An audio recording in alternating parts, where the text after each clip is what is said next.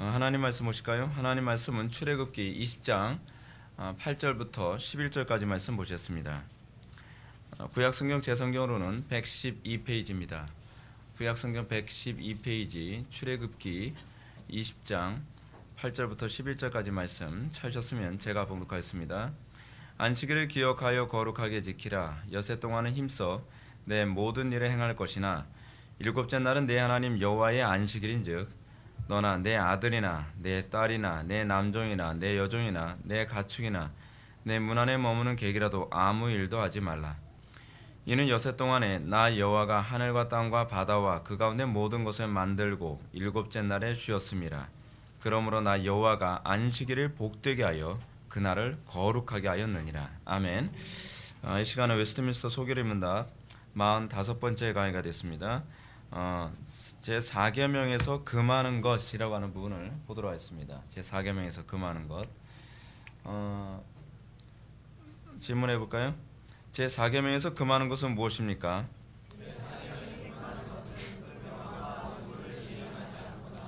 조심 없이 행하는 것이며 게으르거나 죄되는 일을 하거나 세상 일과 오락에 과한 쓸데없는 생각과 말과 일로 그날을 더럽히는 것입니다. 우리가 제4계명을 구약적 개념으로만 자꾸 이해하는 경향이 많이 있어요. 그래서 우리가 이 안식일 개념이 이제는 끝났다. 이제는 일요일을 안식일처럼 지키는 것은 아니다. 뭐 그렇게 주장하는 사람들이 많이 있습니다. 소위 율법 폐기론자들이 이제 그런 얘기를 하는데 그건 적절치가 않습니다. 물론 우리는 안식일을 또 지켜야만 구원을 받는다고 하는 또 안식일 준수주의자들하고도 또 다릅니다. 그러니까 항상 여러분 신앙이라고 하는 것은 균형입니다. 제가 이번에도 이제 그 보수주의가 무엇인가, 우파가 뭔가, 뭐 좌파가 뭔가, 뭐 그거에 관해서 제가 글을 쓰면서 제가 이런 그 얘기를 했습니다. 우리는 우파도 아니고 좌파도 아니다. 그럼 뭐냐? 카멜레온이냐? 그건 아니죠. 세상은 항상 좌로 치우치거나 우로 치우치게 되어 있습니다. 그런 상황에서 항상 이 소위 균형 잡힌 신앙의 체계는 세상이 우로 치우치면 좌로 보이는 거고요. 좌로 치우치면 우로 보이는 것이 이게 기독교가 가지고 있는 특징입니다. 그러니까 예를 든다면 이래요. 이 땅에 복음이 처음 들어왔을 때 여성 해방, 인권 해방 뭐 이런 거 얘기했던 게 그게 복음이었어요.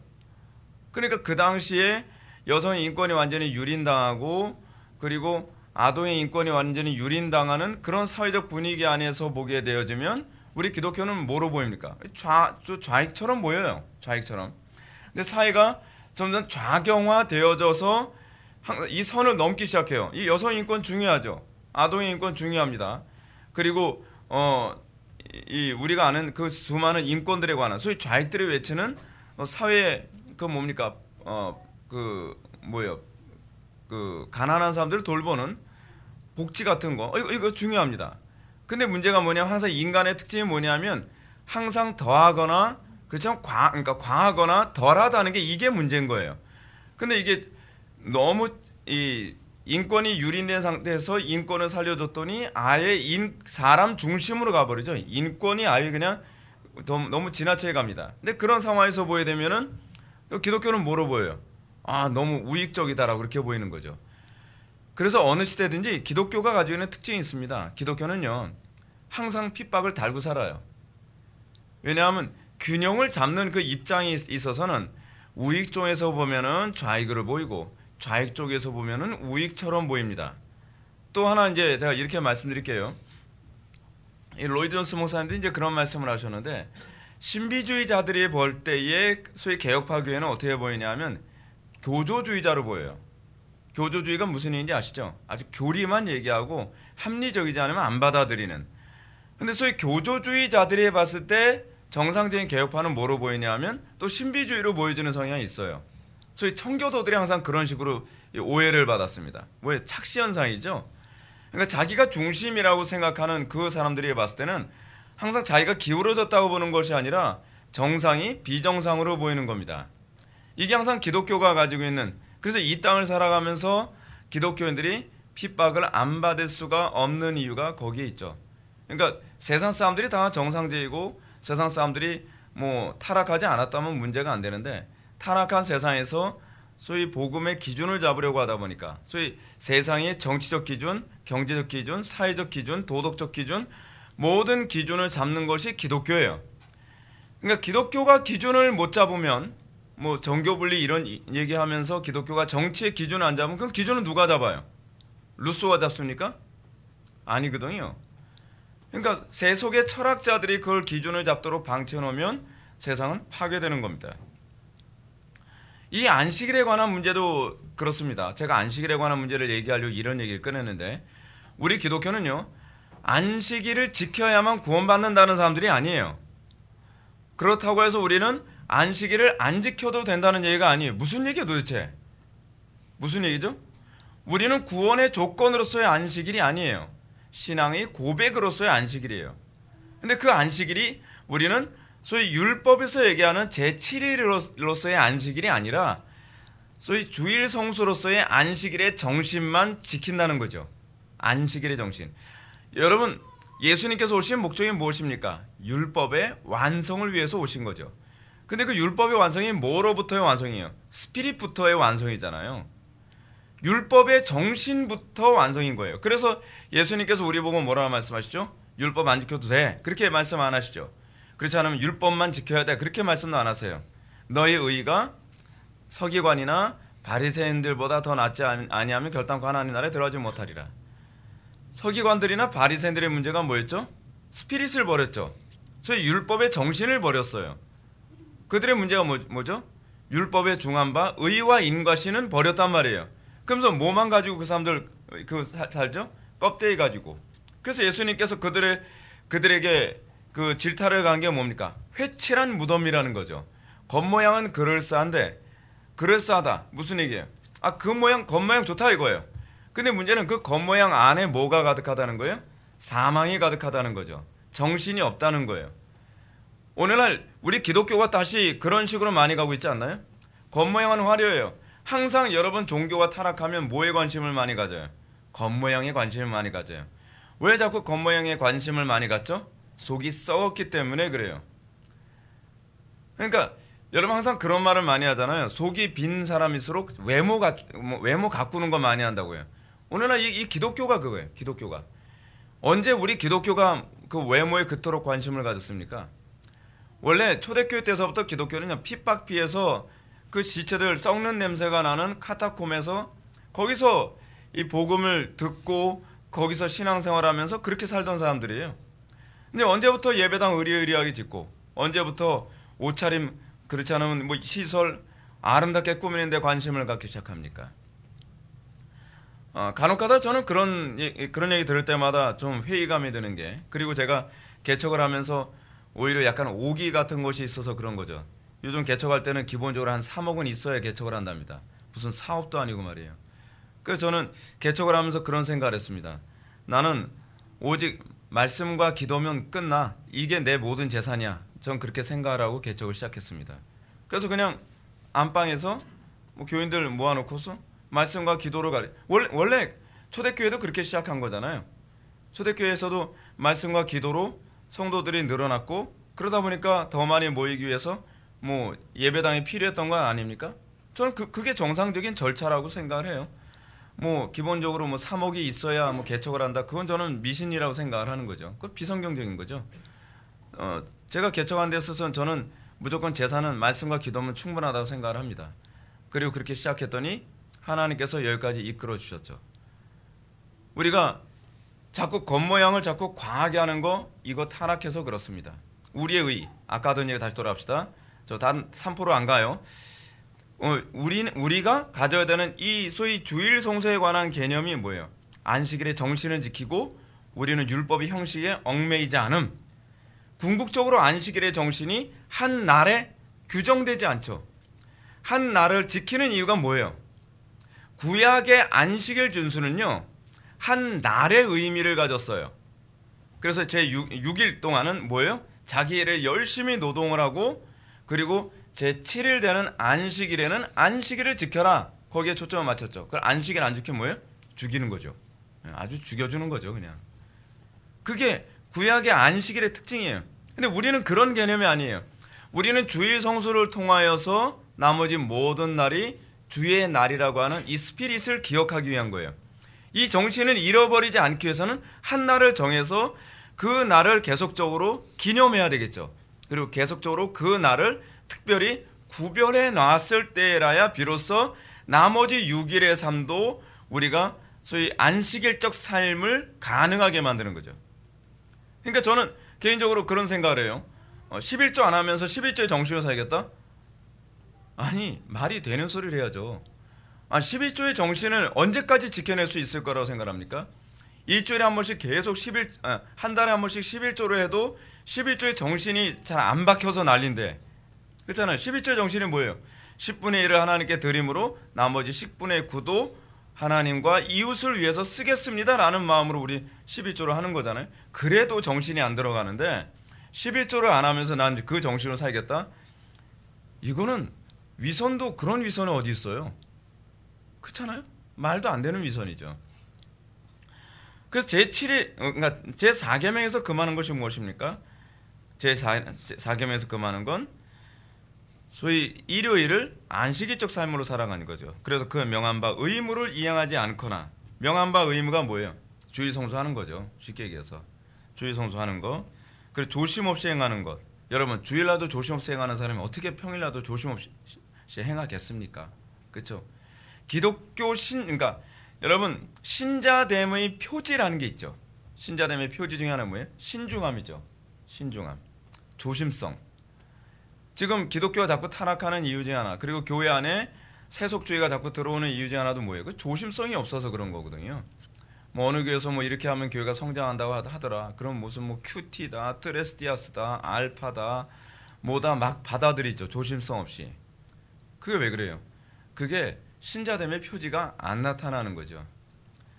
그리고 게으르거나, 여러분 주일날을 게으름 피는 날로 착각하지 마십시오. 간혹가다 그래요. 목사님은 그래도 뭐 월요일날 쉬지, 뭐 우리는 뭐 일요일날 못 쉬면 쉴 시간이 없어요. 저도 쉴 시간이 없어요. 저 월요일날 못 쉬어요. 여러분, 주일날 쉬는 건요, 몸뚱아리가 쉬는 것도 쉬는 건데, 주일날 쉬는 궁극적 목적은 영혼이 쉬는 거예요. 근데 쉰다는 개념이 바뀌어야 돼요. 쉰다는 개념이. 좀 이따 그건 좀 더 설명하고요. 하여간 어떤 식으로 제가 경험한 바로는 쉬는 것과 게으른 건 좀 다른 문제인 것 같아요. 몸이 과부하 걸렸으면 쉬어야 되지만 과부하 안 걸렸는데 계속 쉰다고 하면 이건 게으름이죠. 그렇죠? 이건 좀 생각해봐야 될 필요가 있어요. 죄되는 일을 하거나 또는 세상일과 오락에 과한 쓸데없는 생각과 말과 일로 그날을 더럽히는 것. 이게 우리 교회에서 제가 개척을 하면서 목표로 했던 게 그거예요. 교회 와서 쓸데없이 무슨 세속적인 얘기 같은 거 하지 말라는 얘기죠. 근데 그게 억지로 통제해서 되지가 않아요. 사람들이 복음에 관심이 있어야 신앙적인 얘기 나누지, 복음에 관심이 없으니까 그래서 맨날 모이면 뭐 부동산 얘기하고 뭐 어디 돈 걸어봐, 뭐 요번에 뭐 어디 사면 대박이래, 뭐 그런 얘기 맨날 모여서. 이게 왜요? 이게 복음에 관심이 없으니까 그래요.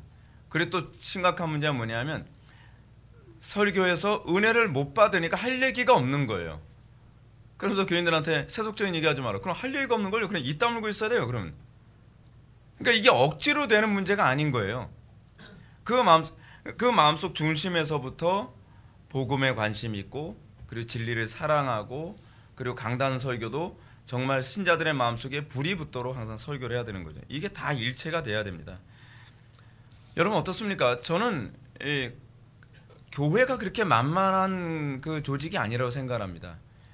오늘도 우리 가족들하고 가정 예배하면서 그런 얘기를 했지만, 여러분 교회 조직의 축소판이 가정이고요, 교회 조직의 확대판이 국가입니다. 교회가 교회되게 움직이면요, 교회만큼 가장 탁월한 조직은 없습니다. 왜냐하면 교회는 하나님께서 만드신 조직이거든요. 하나님께서 창조하신 가장 위대한 조직이 있는데 그 중에 하나가 가정이고요, 그리고 교회입니다. 근데 교회가 왜 이 모양이냐? 교회의 구조가 형편없어서가 아니라 그 교회의 구성원들이 형편없어서 그래요. 성경은 항상 교회의 구성원을 가지고서 교회를 규정하거든요. 근데 우리는 아무나 교회에 막 받아들이고, 그러니까 이제 문제가 된 것뿐이죠. 하여간 우리가 그럼 제 4계명을 지켜야 할 이유는 무엇인가 한번 볼까요? 대답해 보시기 바랍니다.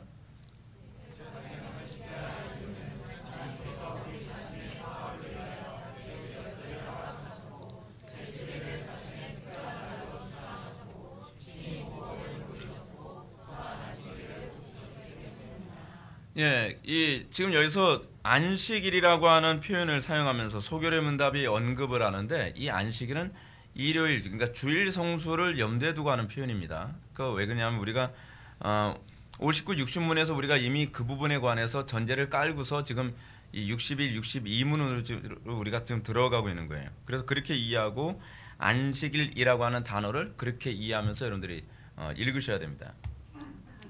그래서 제4계명을 지켜야 할 이유는 하나님께서 우리 자신의 사업을 위하여 매주 엿새를 허락하셨고, 이게 참 얼마나 신본주의적인지 몰라요. 6일을 하나님께서 우리 사업을 위해 하나님께서 허락하신 기간이라고 이렇게 얘기를 해요. 여러분, 우리가 이 인식 가져야만 합니다. 내가 잘나서 6일 동안 사는 거 아닙니다. 하나님께서 그 기간을 허락하셨어요. 그리고 제7일은 자신의 특별한 날로 주장하셨고 친히 모범을 보이셨고 또한 안식일을 복주셨기 때문입니다. 여러분, 주일은요 특별히 하나님으로부터 복을 받은 날입니다. 자녀들에게 주일 성수를 전수하지 않으면 기독교는 문 닫습니다. 지금 한국 교회가 지금 정신을 못 차리고, 아니 한국 교회뿐만이 아니죠, 전 세계 지금 기독교가 전 세계에서 지금 아주 정신을 못 차리고 있는데, 지금 프랑스에서 이 뭐죠, 그 동성 부모 그 결혼하는 거 지금 허락하는 문제가요 지금 법으로 통과가 될 지경에 있다 그러거든요. 근데 통과될 지경에 있는데 통과되게 만드는데 주된 역할을 하는 게 기독교래요. 우리 천주교하고 이슬람은 열심히 반대 시위하면서 막고 있는데 기독교가 그 짓 하고 있는 거예요. 그러니까 복음의 뭔지를 제대로 이해를 못 하고 있어요, 지금 한국 교회가. 그러니까 제가 지금 이번에도 제가 이제 신앙 개념이다 이 책을 쓴 이유가 뭐냐면, 용어 하나하나를 제대로 이해를 못 하고서 그냥 대충 신앙생활하는 거예요. 제가 여러분들을 제가 이제 그런 말을 하니까 여러분들 제가 좀 굉장히 깐깐하다고 생각할지 모르지만, 다른 건 몰라도요 기독교에서는 대충이 먹히지가 않아요. 기독교에서 대충이 먹히지 않는 이유가 뭐냐면, 대충은 진리가 아닐 경우에 먹히는 개념이에요. 진리는요 정확한 거예요. 하나님의 속성 자체가 정확해요. 그래서 제가 여러분한테 그런 말씀 드렸잖아요. 여러분 대충 하나님께서 창조하셨으면 여러분 정말 심각합니다. 여러분 대충 창조하셨으면요 여러분들 다 견적 엄청 많이 나와요. 무슨 견적인지 여러분 아시죠? 성형외과에 정말 견적 난리도 아닐 거예요. 근데 여러분들 보면 다 이쁘고 다 잘생겼잖아요. 인정하셔야 돼요. 예. 대충 창조하셨으면 여러분 심각하게 되는 거예요. 하나님의 속성 자체가 대충이 아니에요. DNA가 얼마나 정교합니까? DNA, 그 정교한 DNA 중에서 하나라도 살짝 틀어지게만 해도 우리가 기형아로 태어날 수도 있는 거예요. 전응아로도 태어날 수 있는 거고. 하나님이 그렇게 정확하신 분이십니다. 근데 여러분, 하나님의 속성을 우리가 받아서 거듭났다고 하는 우리가, 그래서 우리는 하나님과 공유하는 속성이 있죠. 그래서 조직 신화에서 두 가지를 얘기하잖아요. 공유적 속성과 비공유적 속성. 근데 우리에게 공유하지 못하는 속성이 뭐예요? 우린 영원하지 않죠. 우린 전지하지 않죠. 전능하지 않죠. 근데 문제는 뭐냐면 하나님과 공유할 수 없는 속성에 자꾸 손을 뻗치고 있는 게 이게 문제인 거예요. 우리 전지하지 않거든요. 근데 자꾸 전지한 척 하려고 그래요. 우리 전능하지 않거든요. 근데 전능한 척 하려고 그래요. 우리 영원하지 않거든요. 근데 영원히 살려고 해요. 근데 웃기는 게 뭐냐면 정작 공유적인 속성에 대해서는 관심이 없어요. 하나님과의 공유된 속성이 뭐예요? 신중함, 지혜로움, 선함, 사랑, 뭐 이런 속성들 있잖아요. 근데 정작 우리가 관심을 가져야 되는 그 공유적 속성에 대해서는 왜 이렇게 무관심한지. 여러분, 신중하셔야 됩니다. 그래서 별로 무관심해요. 전능하셔야 됩니다. 그럼 아멘. 이게 인간이 타락했다는 거예요. 에이, 타락한 인간들. 우리가 타락했다는 게 바로 이겁니다. 하나님께서 공유하라고 우리에게 주신 속성에 대해서는 관심이 없는데 하나님께서 공유하선 안 돼. 하나님과 우리를 구별하는 피조물과 전능자와 구별되는 속성에 대해서는 왜 자꾸 손을 뻗쳐서 그걸 소유하지 못해서 안다는지. 그죠? 이게 인간의 타락된 모습입니다. 저도 거기에 포함되고요. 저도 전능하고 싶었어요. 그 맨날 장풍 쏘고 그랬었잖아요, 제가. 그 뭐 공중부양 해보려고 그러고. 자, 근데 이 제7일, 그러니까 이 안식일이라고 하는 날에 관한 개념을 좀 바꿉시다. 우리는 안식일을 뭐 하는 날이라고 생각하죠? 노동을 안 하는 날이라고 생각하죠. 이거 잘못 생각하는 거예요. 안식일이란 다른 노동을 하는 날이에요. 그러니까 우리가 안식일을 자꾸 착각해가지고 뭐 몇천 보 이상 걸으면 안 되고 불 피우면 안 되고 그러니까 노동하지 말라는 건 아니 그 얘기가 아니라요. 나의 일을 쉬고 하나님의 일만 하는 날이라는 개념이에요. 그게 안식일이에요. 그게 안식이에요. 그것이 쉼이에요. 뭘 쉰다는 거예요? 나를 위한 일을 쉬는 거예요. 단순히 노동을 쉬는 것이 아니라 하나님을 위한 노동으로 노동이 전환되는 거예요. 그래서 여러분들 한번 보시게 되면 항상 구원과 무엇이 같이 맞물려 가냐 하면 노동과 맞물려 가요. 이거 다 구약과 관련된 언어거든요. 여러분 신약에서 보게 되면은요, 구원받는 사건을 뭐로 표현하는지 아십니까? 포도원 품꾼 비유로 얘기해요. 포도원 품꾼 비유가 뭐죠? 구원받는 사건을 포도원 주인이 선택해서 그가 포도원 일꾼이 되는 게 구원받는 거예요. 그리고 여러분 또 구원과 관련된 얘기가 또 뭐 나오죠? 달란트 비유가 나오죠. 5달란트, 2달란트, 1달란트 받은 사람 나오는데 노동을 한 사람은 구원받는 사람이고 노동을 안 한 사람은 바깥 어두운 데서 슬피 울며 이를 가는 사람이 되죠. 그래서 여러분들이 구원을 받고 나면 그 다음서부터 어떤 현상이 나타나냐면 노동을 하는 사람으로 나타나요. 근데 그 노동의 가치와 노동의 방향성이 달라지는 거죠. 과거에는 어떤 노동을 했어요? 나의 노동을 하던 사람이죠. 나만을 위해서 나를 위한 노동을 하는 거죠. 그래서 사도 바울이 로마서에서 뭐라고 해요? 너희 중에 아무든지 자기를 위하여 사는 자가 없고, 이게 뭐예요? 이게 안식 안에 들어갔다고 하는 사람들에 대한 표현이거든요. 그래서 우리가 구원받고 난 이후서부터 우리는 어떤 노동을 해요? 먹든지 마시든지 무엇을 하든지 하나님의 영광을 위한 소위 경작 활동, 그 노동이 시작되는 거예요. 과거에 우리는 하나님을 향해서는 안식했죠. 우리는 더 이상 그런 삶을 안 살았어요. 그래서 여러분들이 삭개오의 사건을 통해서도 여러분 아시겠지만 삭개오 사건에 뭐 여러 가지 사건 다 보십시오. 구원받고 나면 그 다음에 나타나는 게 뭐예요? 이제는 이웃과의 관계에서 안식을 확산시키는 노동자로 바뀌어요. 과거에는 어떤 노동자였죠? 안식을 파괴하는 노동자의 삶을 살았어요. 그게 열매예요. 근데 우리가 그의 안식 가운데 들어가고 나면 이제는 그를 통해 노동의 방향이 달라져요. 그래서 한 사람의 회심이 어떤 현상이 나타나요? 가정을 안식하게 하고, 직장을 안식하게 하고, 교회를 안식하게 하고, 사회를 안식하게 만들죠. 그래서 휘필드가 그 소리 한 거잖아요. 나는 여러분들이 회개에 합당한 열매를 맺기 전에는 난 여러분들의 회심을 믿지 않겠다. 그러니까 여러분들이 내가 구원받았나요? 구원받지 않았나요? 이거를 직통계시로 하려고 하지 마십시오. 여러분들이 하나님의 자녀가 됐다면 여러분은 그의 안식 가운데 들어가야 돼요. 그의 안식이 어떤 안식이죠? 이제 하나님의 영광만을 위해 사는 것. 여러분 그의 안식이 누구의 안식이에요? 그리스도의 안식이잖아요.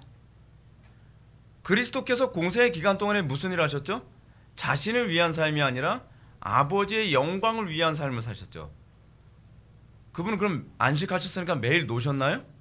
매일 낮잠만 주무셨어요? 아니죠. 하나님의 영광을 위해서 죽도록 충성하는 삶을 살았죠. 그게 안식인 거예요. 그러니까 오늘날 우리는 이 안식의 개념이 너무 잘못됐죠. 안식일이니까 무조건 쉬어야 돼. 근데 뭘 쉬는 개념인지를 잘 몰라요. 그런 부분을 저는 좀 납득이 안 가요. 그런 부분을 정확하게 정리도 하지 않고 용감하게 사람들을 가르치고 설교하는 거 보면 좀 이해가 안 돼요. 정확하게 그런 거 하나하나를 정리해서 적절하게 얘기해 줘야 되지 않나 하는 생각이 들거든요. 그래서 여러분들이 구원을 받았으면 그 다음부터 여러분들은 노동이 시작되어야 돼요. 그래서 여러분들을 보면 뭐라 그러죠? 너 달라졌어? 라는 얘기가 나오는 거예요. 한 사람이 회심하고 나면 그 사람의 노동의 방향성과 노동의 이 가치가 달라지니까요. 예전에는 저 사람이 직업 활동을 통해서 다른 사람을 지리멸렬하게 괴롭히기만 했던 사람이거든요. 한 푼이라도 더 벌으려고 하고 악착같이 남을 괴롭히고 그러던 삶이 이제는 그 노동의 방향성이 달라져서 이제는 하나님의 영광을 위해서. 그래서 여러분 사도 바울이 그의 안식 가운데 들어가면서 그의 노동이 어떻게 달라지죠? 그가 예수님을 만나기 전에는 어땠어요? 기독교를 박해하고 진리를 짓밟는 일을 했었죠. 근데 그가 그리스도의 안식에 참여하고 나니까 어떤 현상이 나타나요? 이제 복음을 확산하고 그리고 거짓을 무너뜨리고 그 노동의 방향이 완전히 달라지죠. 여러분 어떤 사람이 문학가라고 합시다. 근데 그 문학가가 과거에는 뭐 했어요? 항상 신성모독하고 음란하고 그리고 잔인하고 그런 글만 쓰던 사람인데 이 사람이 예수를 믿고 나서 글 쓰는 방향이 거룩함과 순결함과 하나님께 영광됨으로 방향성이 바뀌어야죠. 근데 오늘날 한국교회 교인들 보게 되면은 저희 뭐 예수님 영접했다고 얘기하는데도 불구하고 삶의 방향성이 전혀 안 달라졌죠. 그러니까 제가 이 부분과 관련해서 얘기했던 게 지난 주일 오후 예배 때 여러분들한테 말씀드렸던 노동관이죠. 이 자본주의 정신은 사실은 개혁파 노동관을 얘기하고 있는 거예요. 그러니까 우리의 노동관이 바뀌지 않으면 그 사람은 사실은요 그리스도의 안식이 뭔지 아직 모르는 사람인 거예요. 왜요? 그리스도의 안식에 들어갔다는 건 그리스도의 삶에 참여했다는 얘기예요. 그리스도와 연합해서 이제는 내가 사는 것이 아니라 내 속에 계신 그리스도께서 나를 통해 사시는 삶이 나오는 거예요. 그러니까 당연히 노동이 달라질 수밖에 없는 거죠. 예. 그래서 자, 그럼 우리 소결의 문답 전체 구조 맨날 하던 얘기. 그래도 이 구조 굉장히 중요합니다. 우리가 1문부터 38문까지가 뭐라고요?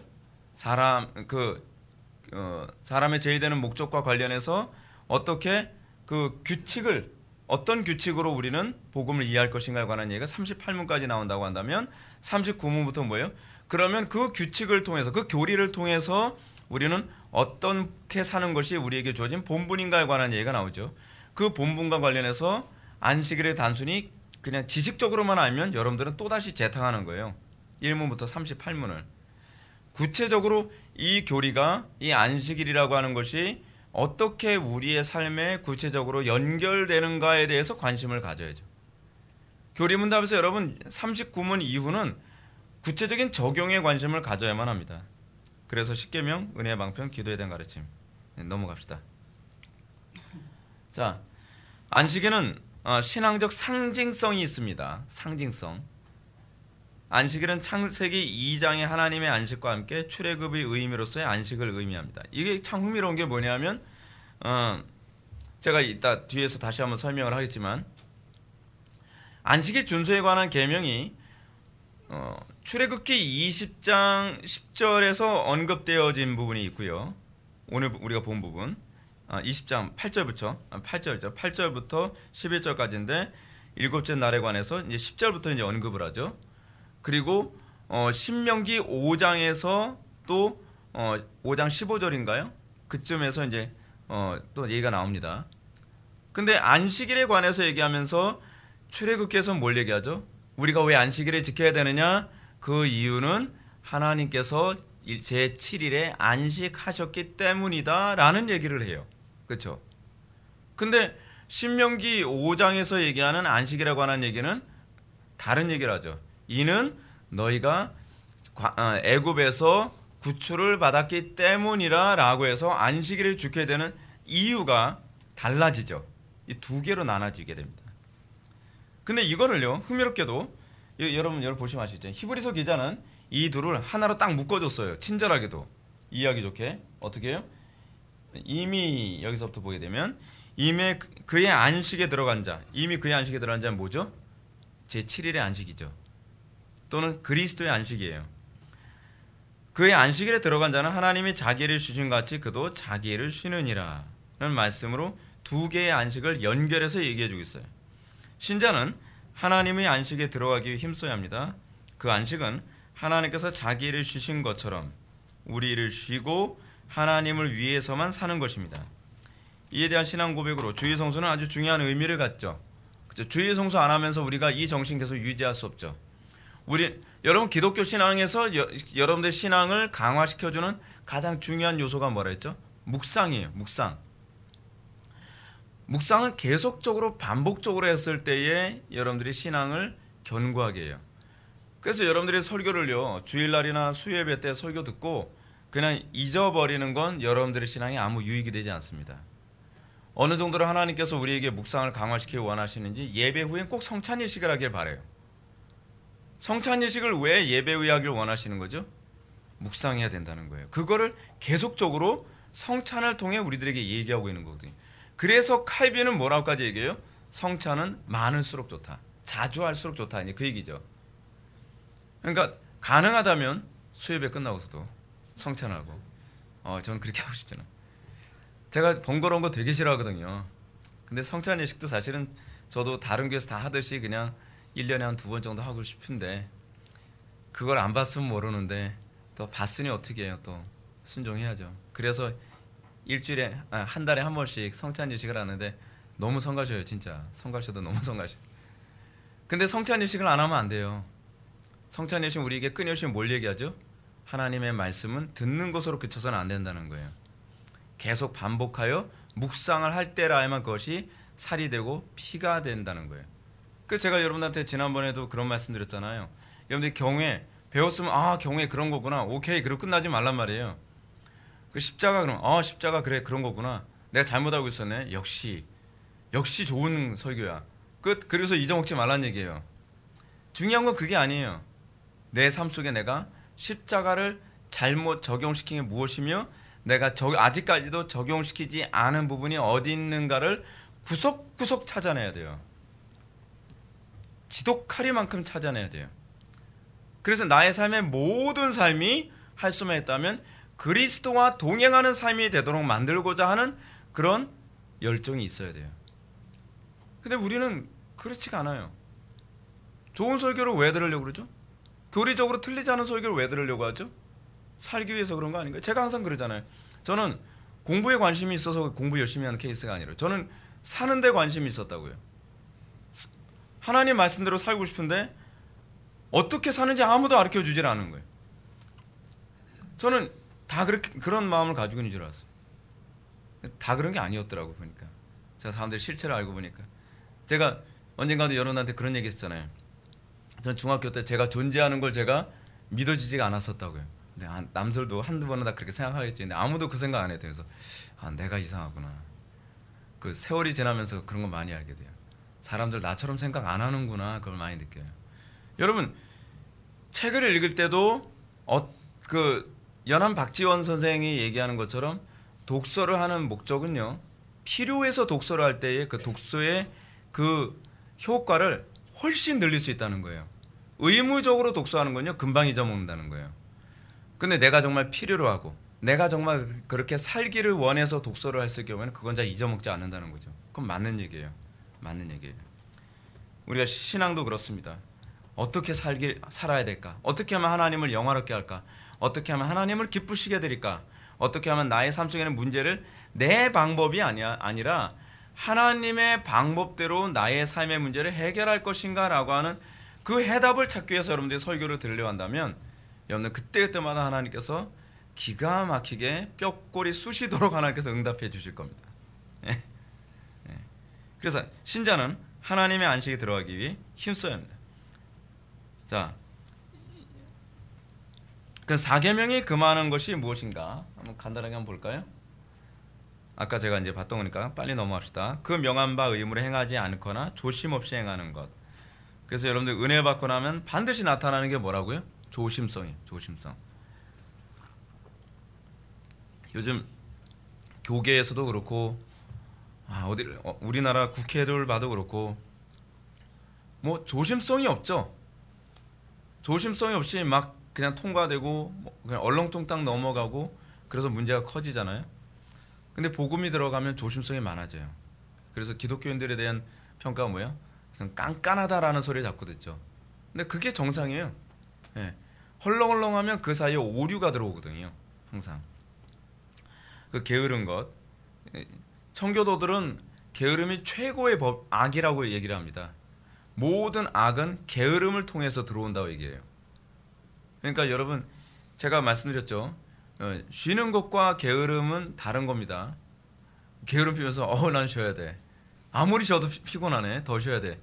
이거는 그건 쉬는 게 아니에요. 그건요. 그렇죠?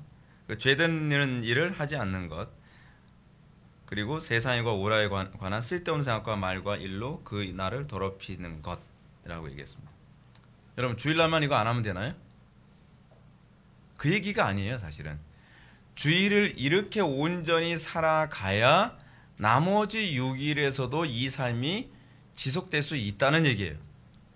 상징적인 의미에서 적어도 주일만은 더 온전히 같이 예수를 믿는 지체들끼리 모여서 온전히 이렇게 살아서 죄악된 삶을 끊고 게으르게 살던 것 끊고 그리고 세상의 오라에 관한 일도 끊고 그렇죠. 그래서 월요일부터는 새로운 삶을 살아가도록 만들기 위해서 제7일 되는 그 주일날은 이렇게 살라고 얘기하는 겁니다. 자, 출애굽기와 신명기의 네 계명을 한번 비교해 볼까요? 출애굽기 아까 제가 이제 말씀드렸던 것처럼 20장 10절부터 11절 일곱째 날은 내 하나님 여호와의 안식일인즉 너나 내 아들이나 내 딸이나 내 남종이나 내 여종이나 내 가축이나 내 문 안에 머무는 객이라도 아무 일도 하지 말라. 항상 이 아무 일도 하지 말라라는 얘기는 자기 일 하지 말라는 얘기죠. 그렇죠? 안식일날 아무 일도 안 하는 날이 아닙니다. 안식일날은 하나님을 위해서 하는 일에 대해서는 전혀 문제가 되지 않아요. 그래서 예수님이 그런 오해를 불식시켜주기 위해서 뭐 하셨어요? 안식일날 일하셨잖아요. 안식일날 무슨 일 하셨죠? 병자를 치유하셨어요. 안식일날 병자를 치유하니까 사람들이 뭐라고 예수님을 공격을 해요? 너 의료 활동하지 마라. 또 갖다 붙여도 또 희한해요. 아니 근데 예수님이 무슨 뭐 메스 들고서 배를 짠 것도 아닌데 그걸 의료 활동이라고 그렇게 해서 그래요. 게다가 제자들이 너무 배고파가지고서 밀밭 사이로 갔다가 밀을 비벼서 먹었더니 너 타작하지 마라. 이걸 또 타작으로 연결을 해요. 여러분 율법 무섭습니다. 율법은 그렇게 말도 안 되는 걸 다 연결시켜요. 그러니까 예수님이 뭐라고 말씀하시죠? 너희는 안식일 오해하고 있다는 거예요. 안식일이 사람 살리는 날이니 죽이는 날이니 선을 행하는 날이니 아니면 악을 행하는 날이니 그거 예수님이 질문하시잖아요. 여러분 이 얘기는 무슨 얘기인지 아세요? 아니 난 구원받았으니까 이제 죄 짓고 살아도 괜찮겠지. 이거하고 똑같은 얘기예요. 아니 그의 안식 가운데 들어갔다는 사람들이 선을 행하는 것보다는 악을 행하면서 살아도 상관없다 얘기하는 게 이게 성립될 수 있냐는 얘기예요. 그러니까 여러분 이단의 문제가 뭔지 아십니까? 이단은 자기 입맛에 맞는 구절만 가지고서 자기의 죄악을 합리화시켜요. 정통 기독교 신앙의 특징이 무엇이냐면 성경의 모든 그 가르침에 완벽하게 위배되지 않는 차원에서 신앙에 항상 관심을 갖죠. 그러니까 우리 이 안식일적 삶에 들어갔다고 하는 것은 이제 하나님의 영광만을 위해서 살겠다라는 얘기죠. 그래서 예수님께서 제자들이 안식일날 벼이삭 밀이삭입니까? 벼이삭입니까? 이거 하여간 이 이삭 비벼서 먹은 문제 가지고서 무엇과 연관져서 얘기하죠? 다윗이 성전에서 제사장만 먹는 빵과 연결해서 얘기하죠. 왜 그런 거죠? 하나님의 일을 위해서 그의 안식 가운데 있는 것은 이것이 죄가 되지 않는다는 얘기죠. 왜냐하면 그 자체가 안식이니까. 안식일의 주인이 누구예요? 예수님이시거든요. 예수님 안에서 행하는 것이 바로 안식이에요. 문제는 그리스도 밖에서 행하니까 문제라는 거죠. 그렇죠? 지금 제자들이 지금 그리스도 안에서 지금 행하고 있는 거잖아요. 우리가 기독교 신앙 안에서 내가 그의 안식 가운데 있다는 게 뭐냔 말이에요. 내가 종교 생활하니까 이건 괜찮은 겁니까? 지금 이 바리새인들이나 이 율법사들 같은 사람들의 착각이 뭐냐면 내가 종교 행위를 하니까 이거는 괜찮다고 생각하는 거예요. 여러분들 어떻게 생각하나요? 여러분들이 뭐 교회 봉사 많이 하고 이거는 괜찮다고 생각하나요? 사도 바울이 이렇게 얘기하죠. 믿음으로 하지 않은 건 다 죄니라. 믿음으로 하지 않았다라고 하는 얘기가 무슨 얘기냐면 그리스도 밖에서 했다는 얘기거든요. 그리스도와 연합하지 않고 행했다는 거예요. 그럼 다 죄가 되는 거죠. 우리 삶의 항상 관심은 뭐예요? 그리스도 안에서 살아가는 거죠. 그리스도 안에서 살아간다는 표현이 다양하게 나오는데 하나님의 영광 위에서 살라는 것도 그런 표현이에요. 다 이게 중복되는 표현입니다. 그러면서 뭐라고 얘기합니까? 빨간 글씨 이는 엿새 동안에 나 여호와가 하늘과 땅과 바다와 그 가운데 모든 것을 만들고 일곱째 날에 쉬었음이라. 하나님의 라이프 스타일을 얘기하는 거죠. 그렇죠? 하나님께서 독특하게도 이스라엘 백성들에게 뭘 얘기하냐면 너희는 나의 형상대로 창조됐기 때문에 너희는 나의 라이프 스타일을 따라와야 돼 라고 얘기하는 거예요. 아니 하나님이 6일 일하시고 하루 쉬었다고 왜 우리가 6일 일하고 하루 쉬어야 되냔 말이에요. 그게 하나님의 형상이라는 거예요. 우리가 그 하나님의 라이프 스타일에 참여하는 것이 굉장히 상징적인 라이프 스타일이죠. 그렇죠? 그래서 하나님의 모든 라이프 스타일에 우리가 참여하는 것, 그게 바로 그리스도와 연합한 삶이죠. 자, 그러면 신명기 5장 14절부터 15절 한번 볼까요? 일곱째 날은 내 하나님 여호와의 안식일인즉 너나 내 아들이나 내 딸이나 내 남종이나 내 여종이나 내 소나 내 나귀나 내 모든 가축이나 내 문 안에 유하는 객이라도 아무 일도 하지 못하게 하고 내 남종이나 내 여종에게 너같이 안식하게 할지라. 너는 기억하라. 이 부분까지는 출애굽기 내용하고도 그대로 오버랩되죠. 여러분 구원받은 하나님의 백성 그의 안식 가운데 들어간 사람들에게 나타나는 특징이 뭐예요? 나만 안식에 들어갔으면 끝났다? 그거 아니라는 얘기죠. 우리가 그의 안식에 들어갔으면 그 안식은 확산시킴으로 나타나야 된다는 거죠. 삭개오가 그랬잖아요. 그렇죠? 삭개오가 그리스도의 안식에 딱 들어가니까 오케이 난 천국 들어왔으니까 이제는 막 살아도 돼 그렇게 얘기 안 하죠. 삭개오가 그의 안식 가운데 딱 들어가니까 주여 내가 다른 사람들에게 토색한 것이 있으면 4배로 갚겠고요. 그리고 내 재산을 팔아 가난한 자들에게 나누겠습니다 해서 그 안식이 확산되죠. 우리가 그의 안식에 들어갔다고 하면서도 다른 사람의 안식을 오히려 깨치고 그래서 자연인들의 특징이 뭐냐면 하나님의 일에 항상 적대적이고 그 안식적 삶을 항상 파괴하는 위치에 있다고 한다면 우리가 구원받은 하나님의 백성은 이제는 그 안식을 확산시키는 삶을 살죠. 그래서 거기서 가정에서 무슨 일이 벌어져요? 분쟁이라는 게 벌어지죠. 그래서 예수님께서 뭐라고 말씀하시죠? 내가 세상에 화평케 온 줄로 생각지 말라. 화평케 아니요 분쟁케 하려 왔다.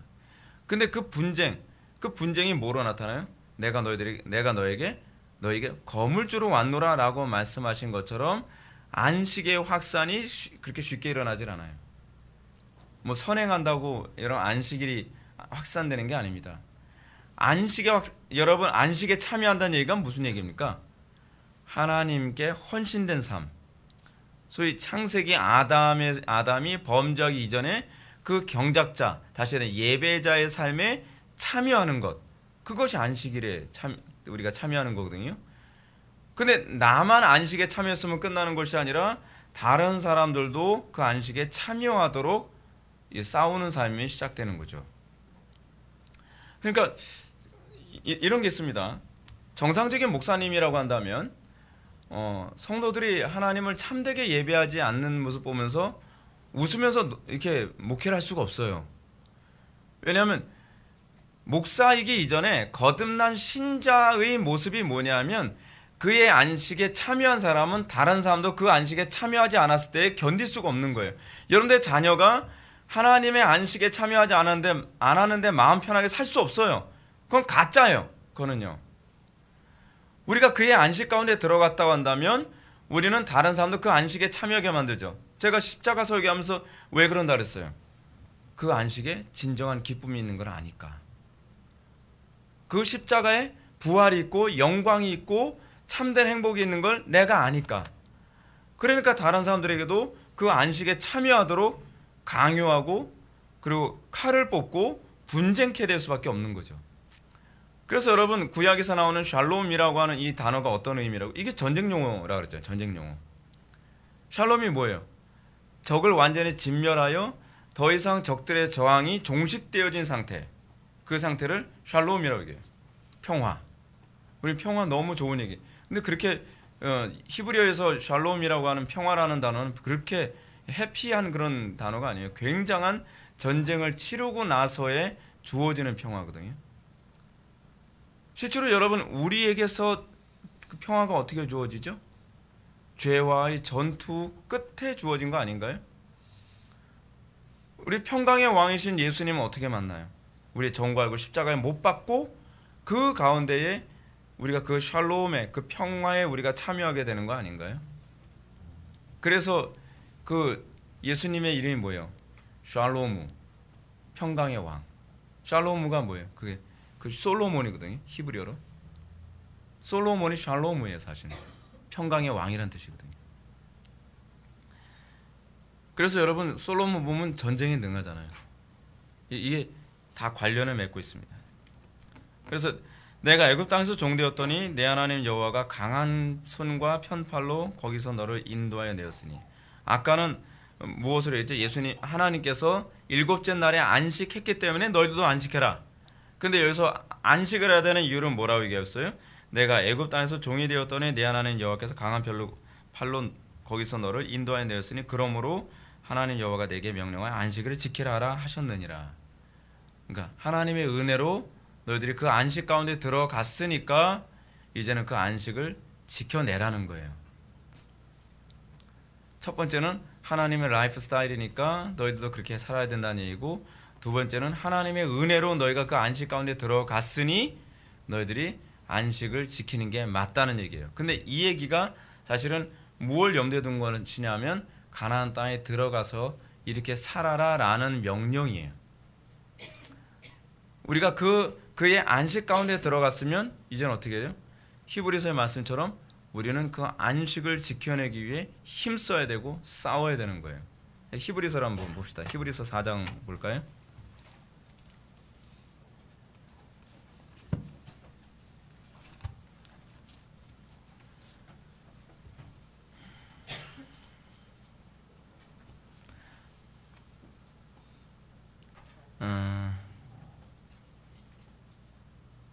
히브리서 4장 10절부터 한번 보실까요? 이미 그의 안식에 들어간 자는 하나님이 자기의 일을 주신 같이 그도 자기 일을 쉬느니라. 그러므로 우리가 저 안식에 들어가기를 뭐예요? 힘쓸지니 이는 누구든지 저 순종하지 아니하는 본에 빠지지 않게 하려 함이라. 우리가 안식에 들어가기 위해서 힘써야 돼요. 여기서 이제 이미 안식에 긴장 관계가 있죠. 우리가 그의 안식에 이미 들어갔다면 우리는 이 안식에 들어가길 우리는 계속적으로 힘써야 된다는 얘기입니다. 자, 다음 볼까요?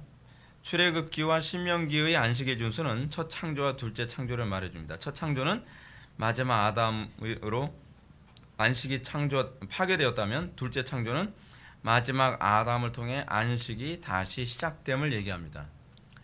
근데 마지막 아담이신 예수님을 통해서 다시 시작된 이 안식은 어떤 창조예요? 어떤 안식이에요? 그리스도 안에 들어간 안식이죠.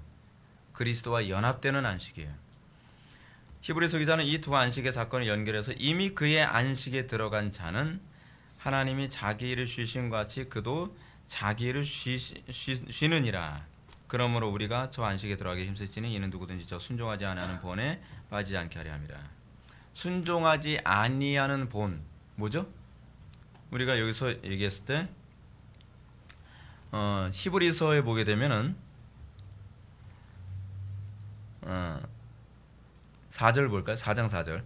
제7일에 관하여서는 어딘가 이렇게 일렀을 때 하나님은 제7일에 그 모든 일을 주셨다 하셨으므로 또다시 거기서 그들이 내 안식에 들어오지 못하라 하셨으니 그러면 거기에 들어갈 자들이 남아있거니와 복음을 먼저 받은 자들은 순종하지 아니함으로 말미암아 들어가지 못하였으므로. 순종하지 아니했다는 게 무슨 얘기죠? 7절에 나오죠. 그의 음성을 듣고서 마음을 완고하게 하는 거예요. 여러분, 안식이 없다는 얘기는 무엇이냐면 하나님과 여전히 갈등하는 상태라는 표현이에요. 그러니까 우리가 그의 안식에 들어갈 자가 어떤 사람이야? 하나님의 말씀에 갈등하지 않는 상태. 하나님 말씀에 갈등하지 않는다는 것이 뭐로 나타나죠? 순종으로 나타나죠. 순종하지 않으면 안식 없음. 그렇죠? 안식이 없는 겁니다. 그러므로 그의 안식에 들어가기 힘쓰라는 말의 의미가 무엇인가? 이미 구원받은 사람은 하나님의 안식을 열망한다는 뜻입니다. 이는 누구든지 저 순종하지 아니하는 본에 빠지지 않게 함이라는 말씀이 중요하죠. 이는 이스라엘이 출애굽 불순종을 암시합니다. 그들은 하나님의 음성을 들을 때 마음을 완고하게 했죠. 하나님의 말씀 앞에서 안식이 없었습니다. 그는 첫 아담과 하와의 모습을 떠올리죠. 첫 아담과 하와의 모습이 이런 모습이었어요. 하나님의 음성을 듣고 완고히 했죠. 그래서 그의 안식처로부터 쫓겨났죠. 에덴으로부터. 그걸 그대로 보여주고 있는 거예요. 그죠? 그런 사람들은 안식일에 들어가지 못하죠. 그의 안식에 들어가지 못합니다. 이런 완고함에 빠지지 않도록 하기 위해 제4계명이 금하는 것을 우리는 순종해야만 합니다. 신자는 그 명한 바 의무를 이행하지 않거나 조심 없이 행하거나 게으르거나 죄되는 일을 하거나 세상과 오락에 관한 쓸데없는 생각과 말과 일로 그날을 더럽히는 것이 없어요. 자, 근데 이것이 왜 중요하냐? 여러분 주일날 이 훈련이 되고 주일날 이런 은혜 가운데 살았을 때에 여러분 나머지 6일 가운데서도 최대한 이런 죄에 빠지지 않겠죠. 여러분 교회가요 목사님들이 성도들 편하게 해주는 게 잘하는 거 아닙니다. 저는 그렇게 생각을 해요. 저는 성도들이 세상에 나가서 이길 수 있는 삶을 제공해주는 역할을 해야 된다고 생각을 해요. 무조건 교인들 편하게 해주는 게 잘하는 게 아니라요. 물론 저는 사랑이 없어서 그렇긴 한데 여러분 성도들이 이 주일 동안 충만해야 되고요. 청교도들이 얘기하는 것처럼 주일을 뭐라고 생각해요? 영혼의 장날이라고 생각해서 6일 동안 살아갈 영적인 그 물건을 영적인 공급을 주일날 받아서 나머지 6일 동안을 살아내게 만드는 거예요. 이 땅은 전쟁터거든요, 사실은요. 여러분 이 땅에서의 삶이 전쟁터라는 의식이 있습니까? 저는 전쟁터 아닌데요. 그럼 문제가 심각한 거예요. 신자에게 있어서의 하루하루의 삶, 순간순간의 삶은요 항상 전쟁이고 끊임없는 사단의 공격이고 죄의 공격이고 그리고 모든 불법의 공격이거든요. 근데 그 하루하루의 삶을 여러분 믿음으로 살아가려면 교회에서 여러분 충만하게 공급해줘도 이길까 말까인데 교회에서 맨날 레크레이션이나 하고 사람들 기분이나 맞춰주고 그러면 당연히 백전백패죠. 그러니까 한국교회가 지금 이렇게 많이 파괴된 겁니다. 안식일은 복 주신 특별한 날입니다. 62문은 하나님께서 우리 자신의 사업을 위하여 매주 엿새를 허락하셨고 제7일을 자신의 특별한 날로 주장하셨고 친히 모범을 보이셨고 또한 안식일을 복 주셨기 때문이라고 가르칩니다. 근데 여러분 흥미로운 게 뭐냐면 일요일날 주일 성수할 여건 잘 주어져요? 안 주어져요? 안 주어지죠. 하나님께서 여러분들 시험하시는 거예요.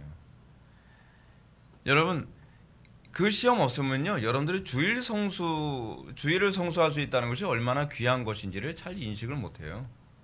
그렇잖아요. 여러분들 어떤가요? 우리 교회에서 신앙생활 1년, 2년, 3년, 4년 하다 보면 점점 어떤 생각이 나타나죠? 점점요? 뭐 맨날 그 얘기야 그 얘기고 뭐 안 들어도 그만 들어도 그만 뭐 그렇게 생각하면 곤란해요. 여러분 저도 여러분들이 항상 그리스도의 안식에 들어가도록 하기 위해 고군분투하며 허구한 날 싸우면서 하는 거거든요. 여러분들이 이 예배를 여러분들이 귀중히 여기지 않는다고 한다면 여러분들은 목회자의 의욕을 꺾는 게 돼버리는 겁니다. 여러분 우리는요 우리에게 주어진 것이 얼마나 소중한지 알아야만 하죠. 제가 맨날 그 중고등부나 청년부 사역할 때 하는 소리 했어요. 있을 때 잘해 자식들아. 제가 그 소리 많이 하거든요. 꼭 뭔가 좋을 때는 넉넉할 때는 그 가치를 몰라요. 지금 우리도 그렇잖아요. 지금 우리에게 주어진 신앙의 자유가 얼마나 귀중한 건지 이거 잘 인식 못 하잖아요. 이거를 우리가 지켜내야 다음 세대가 또 누릴 수 있는 건데 우리는 그거에 대해서 생각을 안 해요. 이게 왜 인간의 존재는 그럴까요? 인간의 존재는 왜 맑은 공기가 항상 많이 있을 때는 이 맑은 공기의 가치를 모르고 그렇죠? 물이 풍족할 때는 왜 물의 가치를 그토록 모르고 진리가 풍족할 때는 왜 진리의 가치를 그토록 모를까요? 이게 인간의 타락한 본성 중에 하나인 것 같습니다. 하나님께서 우리에게 주일 성수가 얼마나 소중한지를 알게 하기 위해서 때로는 주일 성수 할 수 없도록 만들죠. 근데 어때요? 이 가치를 아예 모르는 사람은 까짓거 뭐 타협하는 게 뭐가 문제야? 여러분 어때요? 주일날 예배 시간에 한 번도 제대로 은혜를 못 받으면요, 여러분들 꼭 굳이 주일 성수를 생명처럼 지켜야 될 이유를 못 느끼겠죠. 여러분들이 정상적인 신자라면 매번 공동체 예배 가운데에 한 번 한 번의 예배가 여러분들의 생명을 간신히 유지시켜주는 그 에너지원이라고 하는, 또 생명 같다고 하는 걸 느끼는 사람이 복된 사람인 걸 믿으시기 바랍니다. 이걸 느끼는 사람만 이 예배를 위해서 싸우는 거거든요. 그리고 이 예배를 소중히 여기고 그걸 위해서 타협을 하지 않는 거예요. 근데 우리는 그게 사라져버리고 말았어요. 우리에게 주어진 신앙의 자유가 얼마나 소중한지. 그래서 여러분들이 주일 성수라고 하는 이 싸움 해내야 됩니다. 이 전직 목사님 그 대통령이 지금 이 주일 성수를 지켜내지 못하는 바람에 우리는 주일 성수 문제 가지고서 주일날 시험 치러 가야 되고 막 그러잖아요. 그거 왜 그러겠어요? 주일 성수의 가치를 모르니까 정신 차리라고 하나님께서 그러신 거 아닐까요? 여러분들 혹독한 대가를 치러 가면서까지 여러분들은 주일날 시험 안 보러 가잖아요. 우리 애들 주일날 꼭 검도 돼야겠거든요. 대가를 치르는 거죠. 대가를 치르는 거예요. 좋은 교육이에요. 검도 대회 못 가도 좋아. 다행히 뭐 단증 시험은 그날 없어서. 하여간 신자의 제7일적 삶은 특별히 복을 받은 날이라는 걸 기억하십시오. 주일 성수하는 게요, 여러분들 복 받는 길입니다. 복 받는 길이니까 그러면 돈 떨어지나요? 그 얘기가 아니라 하나님과 유대 관계를 맺는 얘기라는 거예요. 우리가 복에 대해서 배웠잖아요, 그렇죠? 그래서 여러분들이 주일 성수를 얼마나 열심히 하느냐를 계속 보실 겁니다. 그리고 하나님께 주신 이 주일을 얼마나 가치 있게 살아가느냐를 주시할 것입니다. 그런 사람이 하나님께서 더 큰 복을 주실 걸 믿으시기 바랍니다. 안식일을 더럽히는 자는 죽일지라. 왜 죽이라 그럴까요? 안식일 준수의 삶은 하나님 백성 여부를 나타내는 할례와 같은 영원한 표징이기 때문에 그렇습니다. 에스겔 20장 20절은 이 사실을 잘 가르치죠. 또 나의 안식일을 거룩하게 할지어다. 항상 소유격이 들어가죠. 나의, 그렇죠? 예. 나의 안식일을 거룩하게 할지어다. 이것이 나와 너희 사이의 표징이 되어 내가 여호와 너희 하나님인 줄을 너희가 알게 하리라 하였노라. 흥미로운 게 이겁니다. 안식일을 거룩하게 하라. 거룩하게 하라라고 하는 얘기가 무슨 얘기죠? 다른 여러 날과 구별되게 하라. 그렇죠? 이 얘기를 우리에게 적용합시다. 우리의 삶은 안 믿는 사람들의 삶과 구별되어야 한다는 거예요. 지금 신약의 교회들이 요구하는 건 우리 삶 전체가 세상 사람들과 구별되어야 된다는 거예요. 그렇게 하면 뭐라고 말씀하시죠? 나와 너희 사이에 표징이 된다는 거예요. 그렇게 살 수 있는 힘은 하나님께서 주시는 거예요.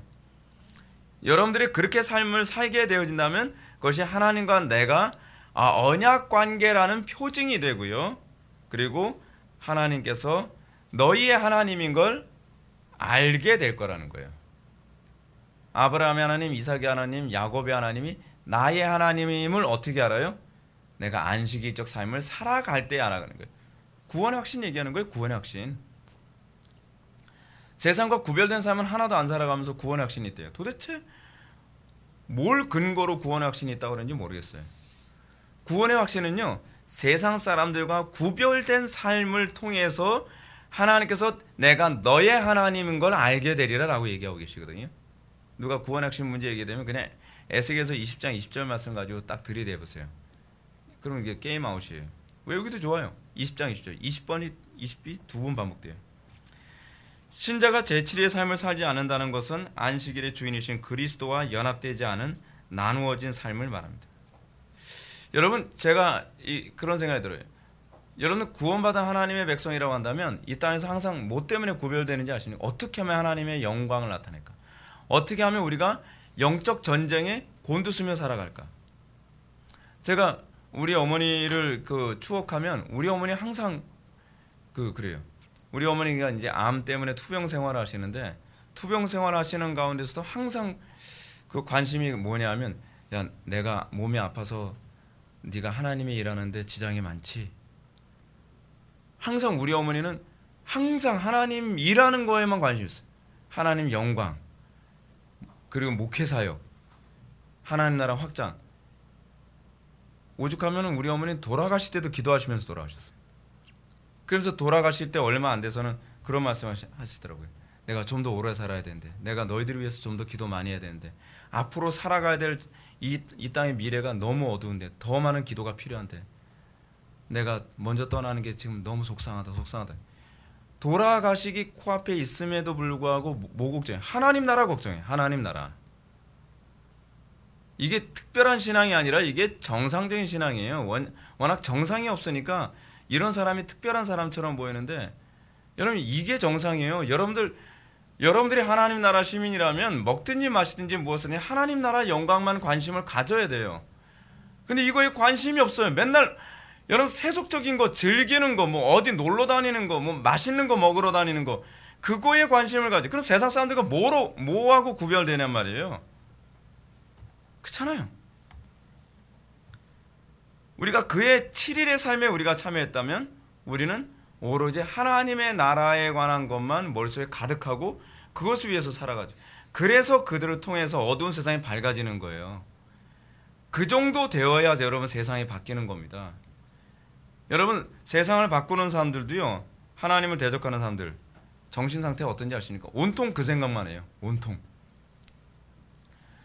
히틀러 같은 사람 맨날 그 생각만 하죠. 그리고 이 돈 버는 사람들 맨날 그 생각만 하죠. 우리는 뭐라 그러죠? 예수쟁이라 하잖아요. 왜 예수쟁이라 하죠?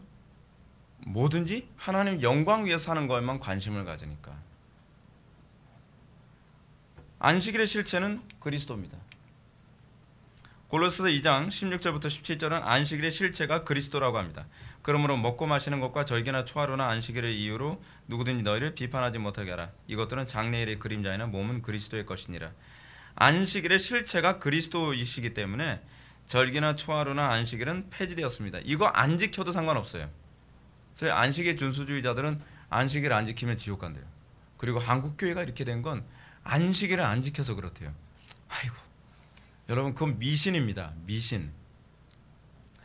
한국교회가 제대로 돌아가려면 그리고 이 나라가 바로 서려면 다시 안식일 준수로 돌아가야 된대요. 예수님 말씀을 뭐로 듣는 거예요? 엉덩이로 듣나요? 코로 듣나요? 하나님께서 미워하시는 건 안식일을 준수했냐 준수하지 않았느냐가 아니라 더 중한 바 의와 인과 신을 버렸다는 게 문제거든요. 정신이에요. 정신. 그렇죠? 근데 안식일의 궁극적 정신이 뭐예요? 그리스도거든요. 그리스도. 우리가 그리스도 안에서의 삶을 사는데 관심이 없기 때문에 이렇게 된 거예요. 이 나라가. 말 그대로 여러분들의 삶의 모든 삶이 항상 그리스도 안에서 사는 것에 관심을 가져야 돼요. 어떻게 해요?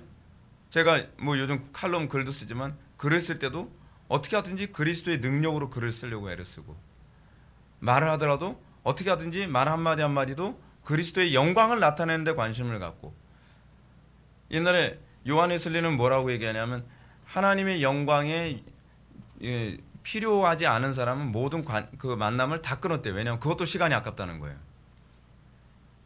그 매사의 모든 사고가 항상 그리스도께 영광을 돌리는 데 다 초점이 맞춰져 있는 거예요.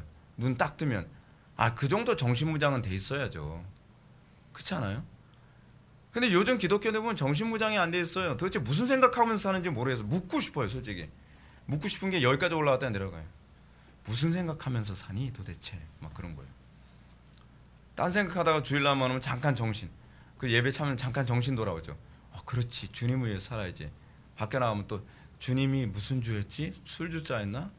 주자가 저까지 막 헷갈려지고 곤란한 거죠. 이것을 잊지 않도록 하기 위해 주일 성수를 계속 반복해서 하는 겁니다. 이 한국교회가 정말 그리스도 중심적인 삶이 무엇인지를 너무 인식을 못하는 것 같아요. 속상해요. 속상해. 자, 나갑시다. 예, 결론. 주일 성수는 그 자체가 율법적인 규율이 아닙니다. 그러나 주일을 거룩히 지키지 않는다면 신자는 안식일의 정신을 상실할 수밖에 없습니다. 안식의 준수의 삶은 하나님과 맺은 영원한 언약의 징표입니다. 이 징표는 바울의 가르침처럼 먹든지 마시든지 무엇을 하든지 하나님의 영광 위에 살아감을 통해 나타납니다. 이거 과장법 아닙니다. 이게 정상적인 거예요. 여러분들이 정말 은혜 받았다고 한다면 이 모든 것이 다 그리스도의 영광과 관련을 맺어서 떠오르고 그것에 관심 가지며 살게 되어 있죠. 이런 삶을 살기 위해 우리는 주일에 모든 불경건을 끊고 하나님께만 집중하는 일이 필요합니다. 이를 통해서 우리는 제6일의 삶을 승리로 이끌 수 있습니다.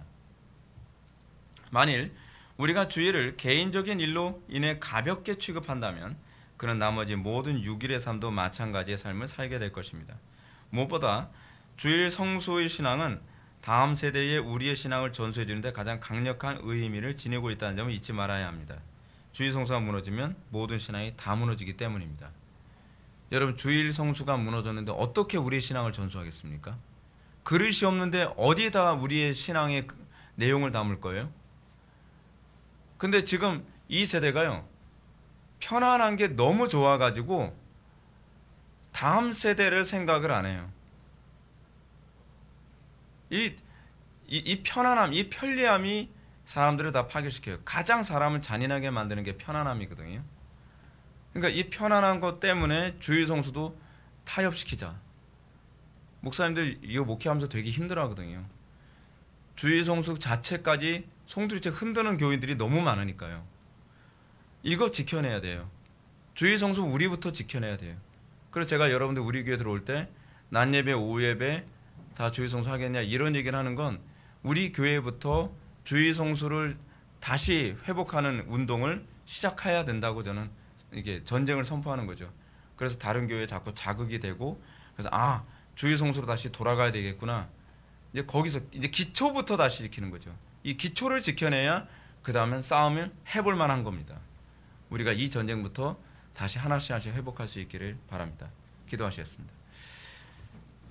사랑이 많으신 하나님, 우리가 마음을 다하고 뜻을 다하고 목숨을 다하고 힘을 다해서 사랑한다고 입술로는 고백하지만 우리의 삶 속에서 먹든지 마시든지 무엇을 하든지 하나님의 영광을 위하여 살고자 하는 또는 그리스도 안에서 그 안식적 삶을 살아가는데 우리가 별 관심 없이 아무 생각 없이 하루하루 순간순간을 살아갈 때가 얼마나 많은지 모릅니다. 세상의 일에 마음을 빼앗겨서 우리가 안식일적 삶, 나를 위해 살지 아니하고 그리스도만을 위해서 사는 것이 무엇인지 망각할 때가 너무나 많습니다. 우리 교회부터 그 정신을 확실하게 회복하게 해주시고 한국교회가 이 정신을 회복해서 이 한국교회가 복의 근원이 되고 또 이 어두운 세상을 밝힐 수 있는 은혜가 임하게 하여 주옵소서. 예수님의 거룩하신 이름으로 기도드립나이다. 아멘.